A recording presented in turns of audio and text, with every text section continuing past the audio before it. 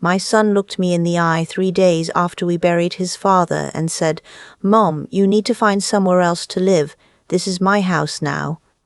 I remember the exact sound of the refrigerator humming in the kitchen.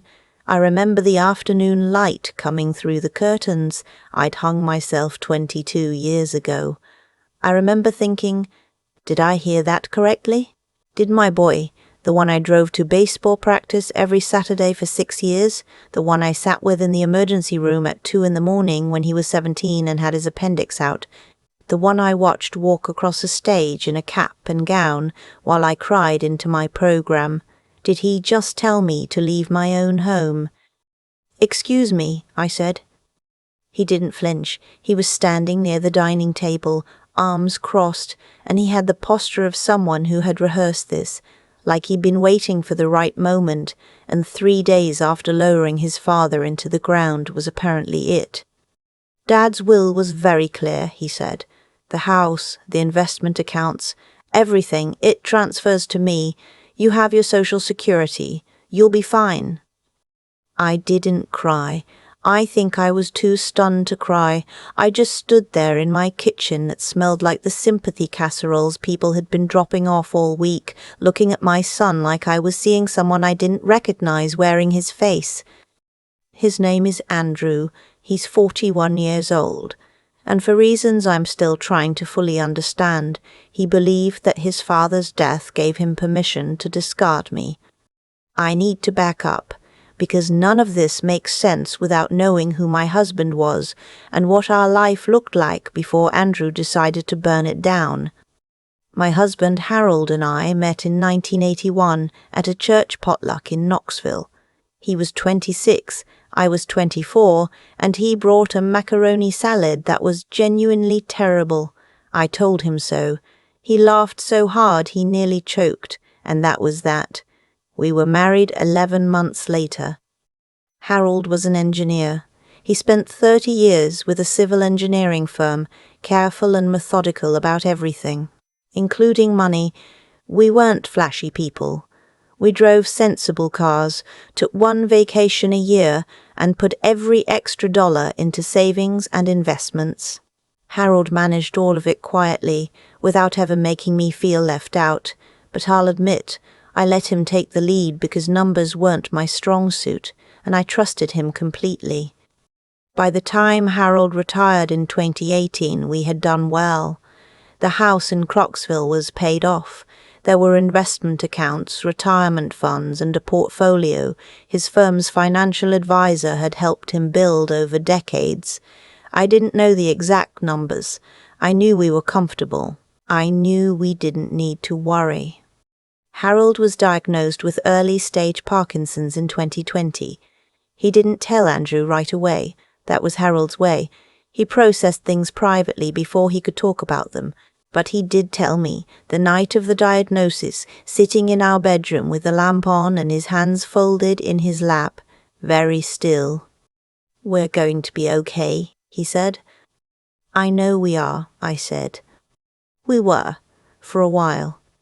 The illness progressed slowly at first, and Harold stayed sharp mentally, even as his body grew less cooperative.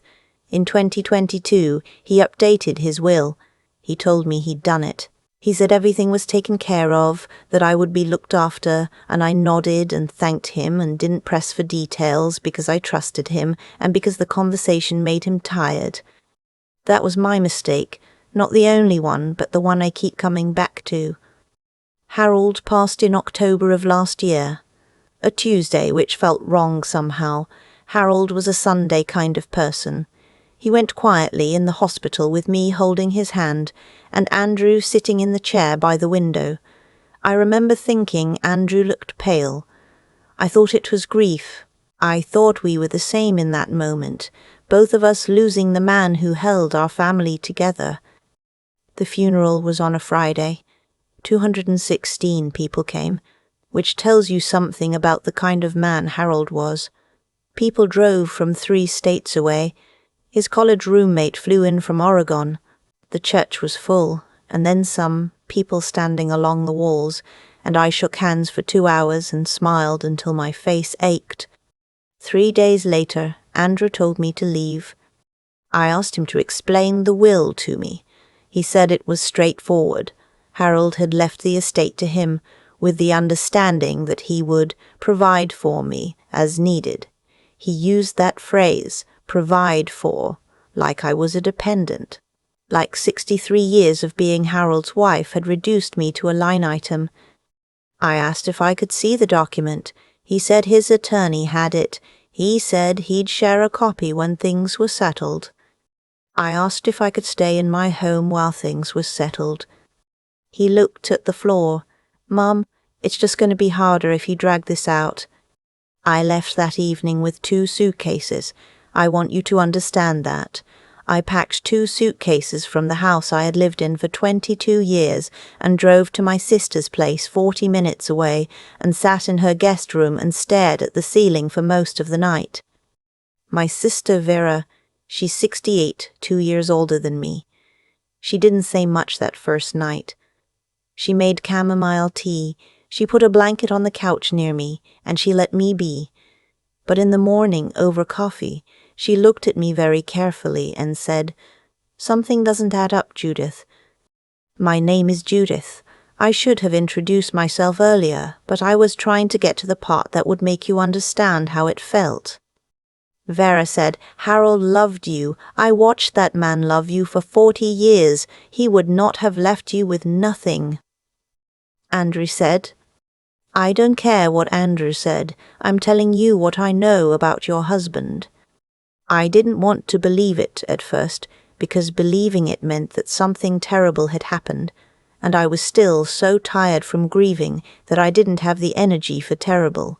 But Vera was right. The Harold I knew, careful, devoted, detail-oriented Harold who had a label maker and used it on everything, would not have left his wife of 4 decades without a clear plan for her security. Vera had a friend, a woman from her book club named Patricia. No, wait, not Patricia. Her name was Sylvia. Sylvia Drummond, a retired attorney who had done estate planning for 30 years before she stopped practicing. Vera called her on a Thursday morning, explained the situation in broad strokes, and Sylvia agreed to meet with me that weekend. I drove to Sylvia's house in Brentwood, a small brick ranch with a garden that told me she was someone who paid attention to things, and I sat across from her at her kitchen table and told her everything I knew, which wasn't much. She listened without interrupting, and when I finished, she was quiet for a moment. Then she said, "Mrs. Holt, did your husband ever mention the name of the attorney who drafted his will?" "Harold's attorney." I thought about it. He'd mentioned someone years ago when we'd done our original wills together. A man named Fenton, Howard Fenton, whose office was downtown. But Andrew said a different attorney handled the update, I said. Someone Andrew apparently recommended. Sylvia set down her coffee cup. "Your husband used an attorney recommended by your son to update his will during an illness that affects neurological function." Once she said it like that, it sounded different than it had in my head. "I need you to get a copy of that will," Sylvia said, "the actual document, not a summary. And I'd like you to find out when exactly it was updated and who witnessed it." I tried calling Andrew. He didn't answer. I left a message saying I needed a copy of the will for my own records, which was my legal right as Harold's spouse. He texted back 3 hours later, "The attorney is handling everything. I'll forward what I can when I can." I forwarded that text to Sylvia. She called me the next morning. "I've been thinking about your situation," she said, "and I want to refer you to someone. His name is Graham, Martin Graham. He's not a friend. He's one of the best probate litigators in the state, and if there is something wrong with that will, he'll find it." I want to pause here and tell you something about what this period felt like, because I think it's important. I was not sleeping more than 3 or 4 hours a night. I was waking up at 2 in the morning in Vera's guest room and lying there thinking about Harold, thinking about Andrew, thinking about the way Andrew had looked at the floor when he told me to leave, like he was ashamed, but was going to do it anyway. The grief and the anger had gotten so tangled up together that I couldn't always tell which one I was feeling. Some mornings I cried because I missed Harold. Some mornings I cried because I was furious. Most mornings it was both. I met with Martin Graham on a Wednesday. He had an office on the 7th floor of a building downtown, and he was not what I expected. He was younger than I'd imagined, maybe early 50s. And he wore his sleeves rolled up and had the kind of focused, quiet energy that made me think he didn't waste words. He read through the notes Sylvia had given him, and he asked me a series of very precise questions. When was the will updated? I didn't know exactly. Sometime in the last 18 months of Harold's life. Who recommended the attorney? Andrew had directly. Had I ever met or spoken with this attorney? No. Had Harold ever mentioned the update in specific terms, told me what had changed? No, only that things were taken care of. Had Harold seemed like himself in the final 18 months? I had to think about that one. He was tired. He had good days and hard days. There had been medication adjustments that affected his mood and sometimes his clarity. There were 2 or 3 weeks near the end where he hadn't been quite himself. Martin made a note. He said, "I'm going to request a copy of the will through proper channels. I'm also going to look into the attorney who drafted it and the circumstances of the execution. It may take a few weeks." "What do you think happened?" I asked. He looked at me steadily. "I think your son may have taken advantage of a window of opportunity," he said. "I think the update to your husband's will may have been made under conditions that would not hold up to scrutiny. But I want evidence before I tell you that." I drove back to Vera's house and sat in her driveway for a while before I went inside. I thought about Andrew as a little boy. I thought about a specific afternoon when he was maybe 7, when he'd found a bird with a broken wing in the backyard and carried it inside wrapped in his t-shirt, crying, asking me to fix it. I had sat with him on the kitchen floor and explained as gently as I could that some things couldn't be fixed, and he had cried with his whole small body, the way children do. When had that child become a man who could look his mother in the eye and tell her to leave? The weeks that followed were some of the longest of my life. Martin was thorough. He'd warned me he would be. He sent formal requests, filed the appropriate motions, and communicated with Andrew's attorney. Andrew, through his attorney, insisted the will was legitimate and encouraged me to accept Harold's wishes. Those exact words in a letter. Accept Harold's wishes. As if Harold's wish had been for his wife to pack 2 suitcases and move into her sister's guest room. It was a Thursday afternoon, 5 weeks after our first meeting, when Martin called me. "I have the will," he said, "and I have some other things I'd like to discuss with you. Can you come in tomorrow?" I was there at 9 in the morning. Martin had printed documents spread across his desk. He walked me through them carefully, the way a good doctor delivers a diagnosis, completely honest, no softening, but steady. The will had been updated 14 months before Harold died. The attorney who drafted it, a man whose name I won't use here, had a professional history that Martin described as worth examining. He had been the subject of 2 previous complaints to the state bar, both related to undue influence cases. Both had been settled quietly. The witnesses to Harold's signature were Andrew's brother-in-law and a woman who worked in Andrew's office. Harold's primary physician had noted in his records that Harold had experienced significant cognitive fluctuation during the 2-month window in which the will had been executed. And there was one more thing. "Your husband had a separate account," Martin said. He slid a page across the desk toward me. "A brokerage account he opened in 1987. Your son did not include this in the estate inventory he filed." I looked at the number on the page. I had to look at it twice. "He didn't disclose this," I said. "No," Martin said, "which creates a separate problem for Andrew beyond the will contest. Failing to disclose assets in a probate filing is a serious matter. I sat with that for a moment. The refrigerator in Martin's break room was humming distantly.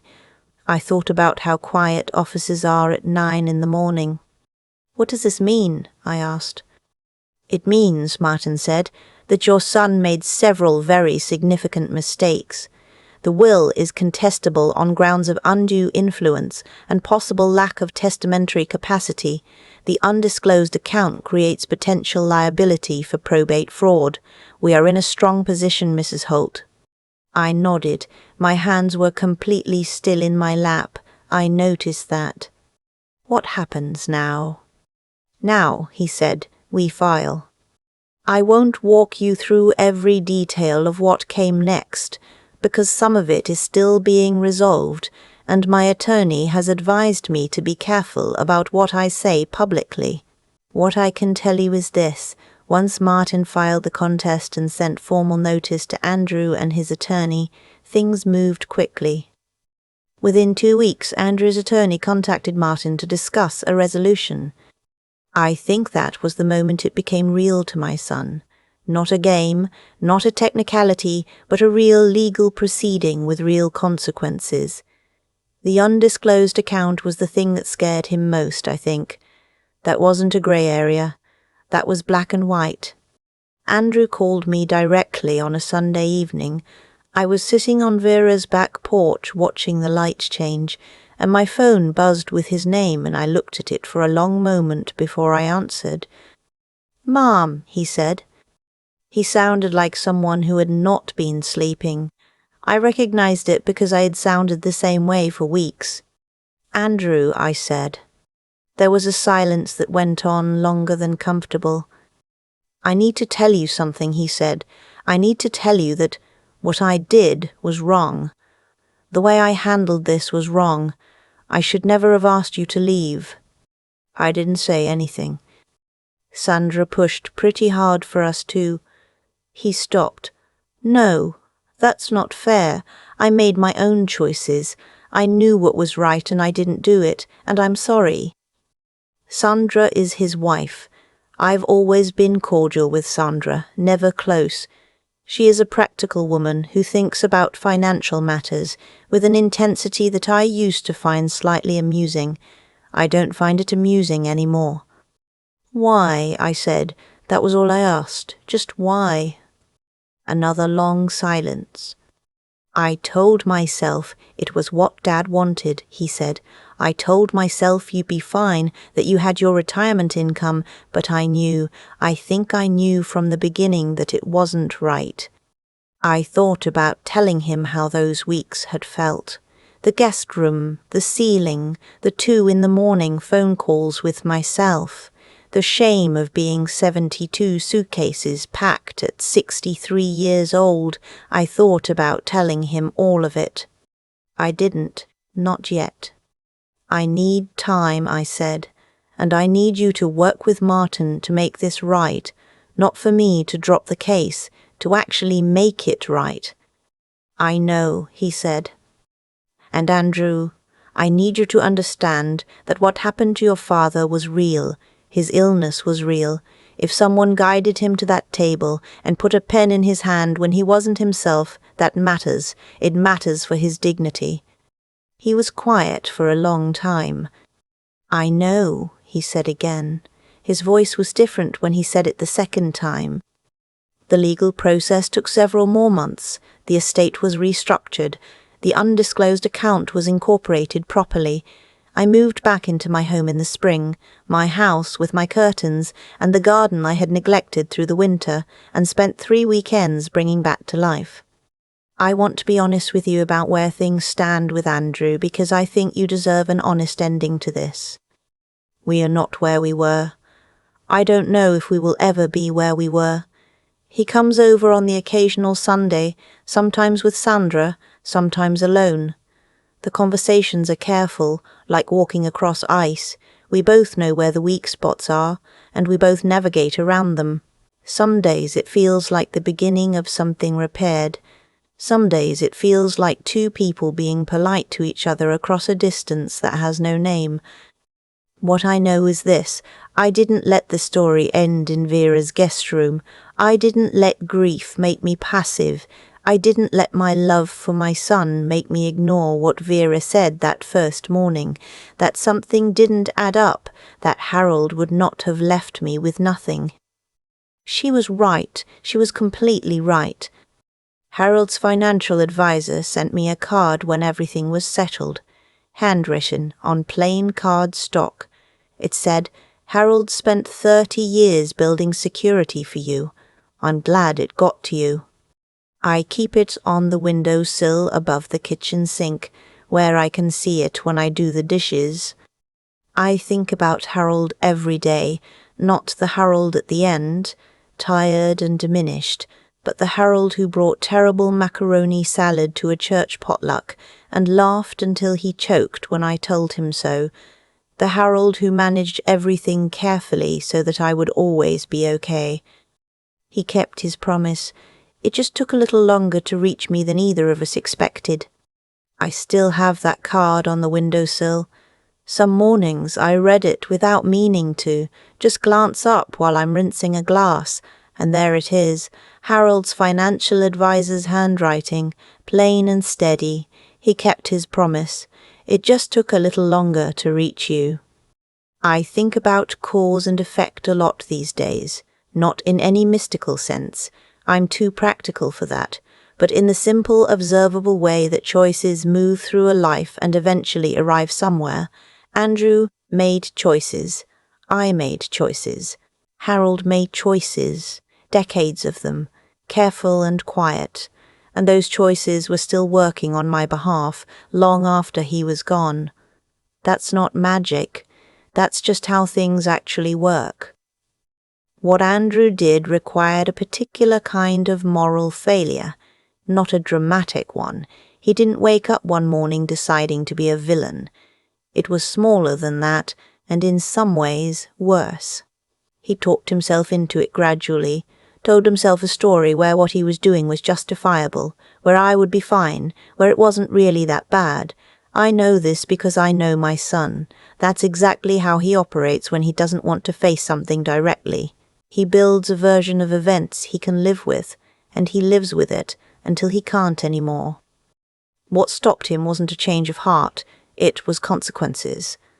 And I've had to sit with what that means about who my son is right now versus who I hope he becomes. Those are two different things, and I'm old enough not to confuse them. What saved me, and I mean that plainly, not dramatically, was that I didn't let grief make me passive. That was the real danger in those first weeks. I was so tired, so hollowed out from losing Harold, that it would have been easy to accept Andrew's version of events, to tell myself he was my son and he wouldn't really do something wrong, that there must be an explanation, that I should wait and see. Vera didn't let me do that. She looked at me across her kitchen table, and she said something doesn't add up, and I had enough left in me to listen. That's the thing I want to say most clearly, if any of this is useful to anyone watching. Staying sharp when your heart is broken is one of the hardest things a person can do, and also one of the most necessary. Grief wants you to go quiet. Fear wants you to go quiet. People who are taking advantage of you are counting on both of those things. The clearest act of self-respect I managed in those weeks was to sit across from Martin Graham and answer his questions honestly, including the ones that made my son look bad. Doing right by yourself is not a betrayal of the people you love. I had to learn that late, but I learned it. I also learned that asking for help is not weakness. It is, in fact, the intelligent thing to do. I am not an attorney. I don't know probate law. I knew something felt wrong, and I found people who had the knowledge to figure out why it was wrong. Sylvia, Martin. They had spent careers building expertise I didn't have, and I was humble enough to use it. That humility cost me nothing and gave me back everything Harold had worked to leave me. Andrew comes over some Sundays now. We don't talk about that year directly, not yet. Maybe someday. I'm not in a rush, and I'm no longer afraid of the distance between us. I trust that the distance will either close or it won't, and either way I will be okay. I live in my house. I tend my garden. I read the card above the sink. Harold spent 30 years making sure I would land safely. I honored that by refusing to be moved.